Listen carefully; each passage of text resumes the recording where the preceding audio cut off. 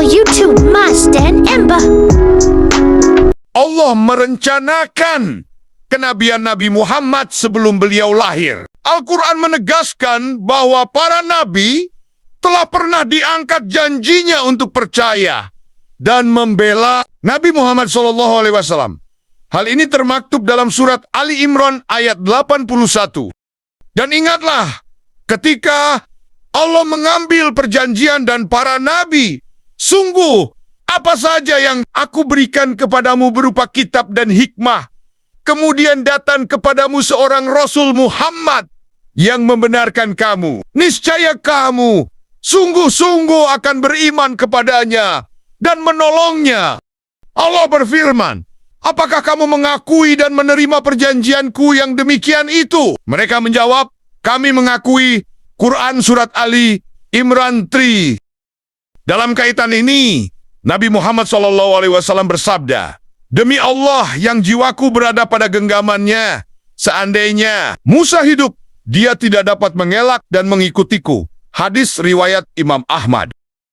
M. Quraish Shihab dalam bukunya berjudul Wawasan Al-Quran, Tafsir Maudhu'i atas berbagai persoalan umat, menyebut bahwa tidak jelas kapan dan bagaimana perjanjian yang disinggung ayat tersebut.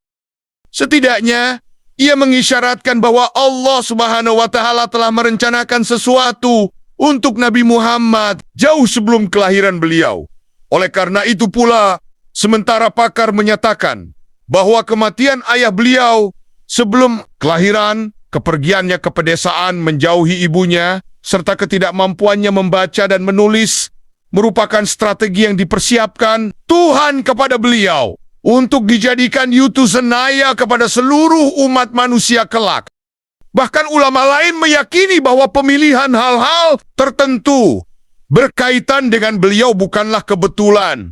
Misalnya bulan lahir, hijrah, dan wafatnya pada bulan Rabiul Awal musim bunga. Nama beliau Muhammad yang terpuji.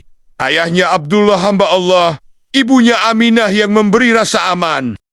Kakeknya yang bergelar Abdul Muttalib bernama Taibah, orang tua yang bijaksana. Sedangkan yang membantu ibunya melahirkan bernama Asi Syifa, yang sempurna dan sehat. Serta yang menyusukannya adalah Halimah Asadiyah yang lapang dada dan mujur. Semuanya mengisyaratkan keistimewaan yang berkaitan dengan Nabi Muhammad. Makna nama-nama tersebut memiliki kaitan yang erat dengan kepribadian Nabi Muhammad. Al-Quran Surat Al-Araf 7, 157 juga menginformasikan bahwa Nabi Muhammad pada hakikatnya dikenal oleh orang-orang Yahudi dan Nasrani.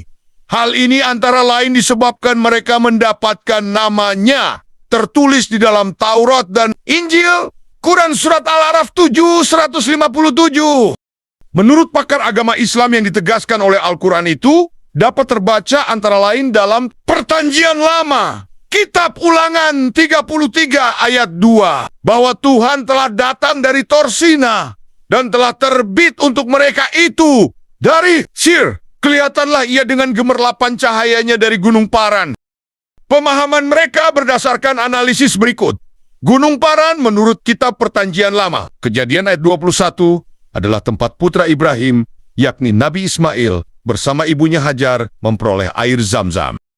Ini berarti bahwa tempat tersebut adalah Mekah. Dan dengan demikian yang tercantum dalam kitab ulangan di atas, mengisyaratkan 3 tempat terpancarnya. Cahaya wahyu ilahi, Dursina, tempat Nabi Mus, Sir, tempat Nabi Isa, dan Mekah tempat Nabi Muhammad. Sejarah membuktikan bahwa beliau satu-satunya nabi dari Mekah.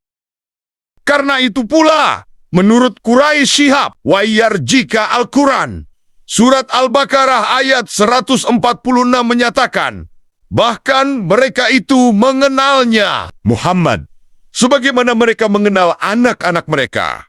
Bahkan, salah seorang penganut agama Yahudi yang kemudian masuk Islam, yaitu Abdullah bin Salam, pernah berkata, kami lebih mengenal dan lebih yakin tentang kenabian Muhammad daripada pengenalan dan keyakinan kami tentang anak-anak kami.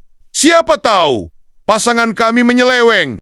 Pembedahan ada beberapa ayat Al-Quran yang berbicara tentang Nabi Muhammad SAW sebelum kenabian beliau, antara lain, bukankah dia Tuhan mendapatimu sebagai seorang yatim, lalu dia melindungimu, dan dia mendapatimu bimbang, lalu dia memberi petunjuk kepadamu, dan dia mendapatimu dalam keadaan kekurangan, lalu dia memberikan kecukupan. Quran Surat Al-Duha 93, 6-8.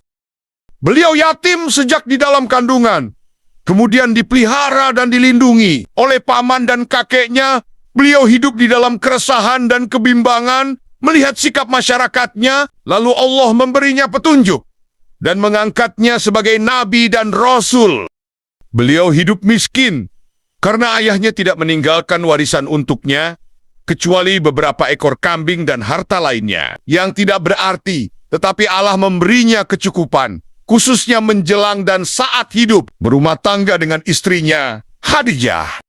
Ayat lain yang oleh ulama dianggap berbicara tentang Nabi Muhammad pada masa kanek-kanoknya adalah surat Alam-Nashrah ayat pertama. Bukankah kami Tuhan telah melapangkan dada untukmu? Sebagian ulama mengartikan kata nashrah dengan memotong atau membedah. Memang, bila dikaitkan dengan sesuatu yang bersifat materi, artinya demikian. Apabila dikaitkan dengan sesuatu yang bersifat non-materi, kata itu mengandung arti membuka, memberi pemahaman, menganugerahkan ketenangan dan semaknanya. Quraisy mengatakan yang mengaitkan dengan hal-hal materi, berpendapat bahwa ayat ini berbicara tentang pembedahan yang pernah dilakukan oleh para malaikat terhadap Nabi Muhammad kala beliau remaja. Pendapat ini antara lain dikemukakan oleh Mufassir An-Naisaburi. Hanya saja, Quraisy mengaku sepanjang penelitian yang ia lakukan, kata tersebut dengan berbagai bentuknya terulang sebanyak 5 kali, dan tidak satu pun yang digunakan dengan arti harfiah, apalagi bermakna pembedahan. Akan lebih jelas lagi jika hal itu disejajarkan dengan ayat yang berbicara tentang doa. Nabi Musa di dalam Al-Quran, katanya sebari menyebut surat Taha, ayat 25-28.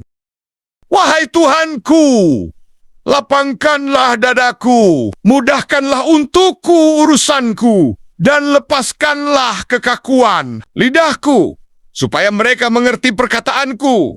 Quran Surat Taha 20, 25-28. Itulah penjelasan tentang kenabian Rasulullah yang sudah direncanakan oleh Allah sebelum beliau lahir. Terima kasih sudah menonton. Semoga video ini bermanfaat. Subscribe, like, share, dan komen